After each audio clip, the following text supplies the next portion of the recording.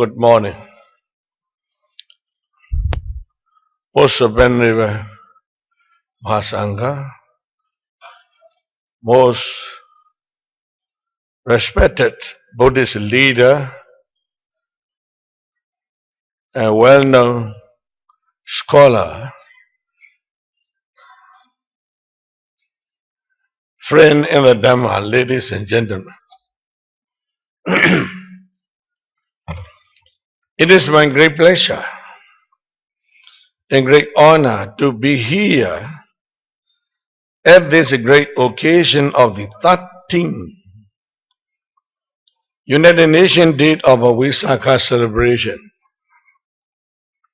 hosted by Vajralangon Raja Vijayalaya University, with the theme of Buddhist power to the world peace. On this most sacred date of Vesak,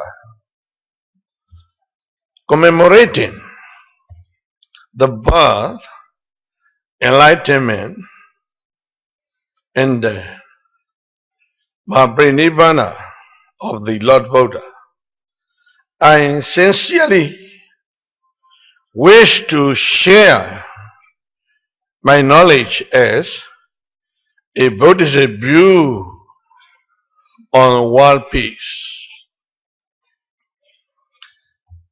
The world today is seen as a place where natural resources, human resources are abundant. Yet it still lacks something that contributes towards maintaining the peace and stability. It is nothing but the spirit of fellowship, the lack of which is major cause of the war. Apart from military conflict, there are of this course many other kinds of conflict, such as racial conflict, political conflict, economic conflict, and even religious conflicts, most of which are caused by lack of spirit of fellowship. In a conflict, each side has its own conceit. Both parties get the use of blaming the other while claiming that they are right. They even use the name of the religion to justify their action without truly following the teaching of their respective religion.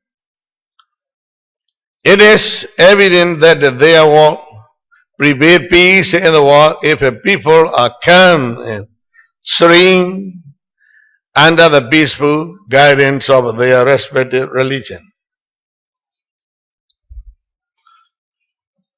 Most respected Mahasangha,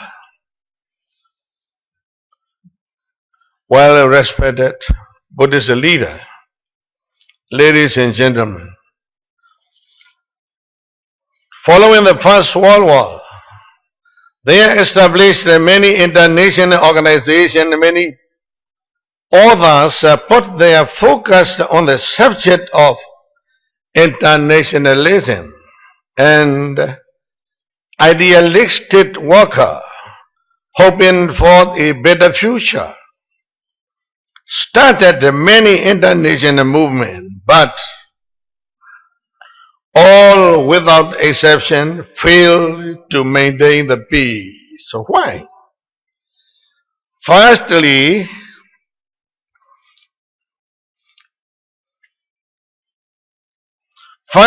they had not, for one reason or another, been able to carry out their plan.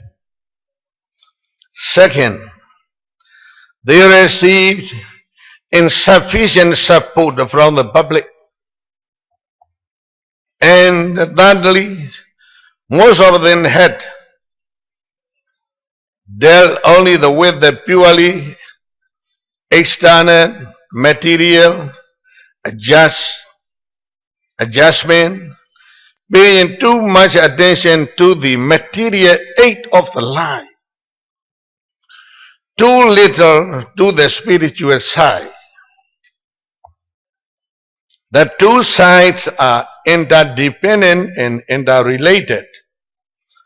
The importance of the both should be recognized. Most respected Mahasangha, well respected Buddhist leader, ladies and gentlemen, they came into the Second World War, unparalleled in the history for destruction. Unfortunately, since the end of the Second World War, the world has seen various state of chaos, conflicts, and fighting. There has been instability in almost every part of the world, whether devoid of the peace, real happiness, and once again, idealistic worker have tried to introduce the new international organization. But they are never successful unless the leader and their follower carry out their plan in spirit of the world fellowship. Without this, there will probably be further war, even more dreadful than the last.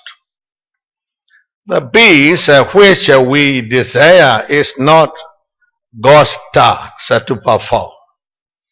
It can only come about as a result of reconstruction of the thought, reconstructions of the feeling and action by means of the spirit of fellowship.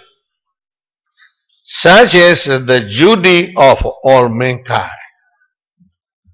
The world we live in can be compared to a global village making use of its wealth, strength, ability. Collectively, we can abolish poverty, unemployment, conflict, other problems the world people are currently facing. To achieve the success in solving the global problem, it is vital that people need to learn to understand each other better by drawing closer and act together as a member of one family, regardless of the race, caste, and religion. All religion teach their followers what to do to live in peace and happiness, what not to do to stay away from misery and sorrow and suffering. The real spirit of the fellowship, which is lacking in the world today, can be promoted only through religion. Religion is the education of the heart with a view of refining our nature in elevating us in the skill of a human being. It is not merely theory, but practice. The heart, like the body, become healthy and strong. Practical exercise. Now, doctrines merely held in the mind as an intellectual belief has any driving force nor value unless the anti-it is applied. The Buddha said, beautiful thought or word, beautiful thought or beautiful word, which is not followed by corresponding action, is like a beautiful flower with no sin with no sweet smell. Ladies and gentlemen, most respected Mahasangha, the world has found itself as a one body. Just a physical unity, economic independence is not by itself sufficient to create a united family. For this, we require a human consciousness of the community. In other words, it is a spirit of a fellowship. To have this spirit of a fellowship, we must realize oneness of the all life. Understand that we are one family. According to the Buddha's teaching, life is a mighty wheel of perpetual motion. This wheel contains within it numberless smaller wheels corresponding to the life of the individual being. With the pattern of its wisdom, the great wheel in smaller wheel, the whole world and individual world are intimately and indissolubly linked. The whole human family is closely related, that the very unit it is independent on the other, for it is growth and development.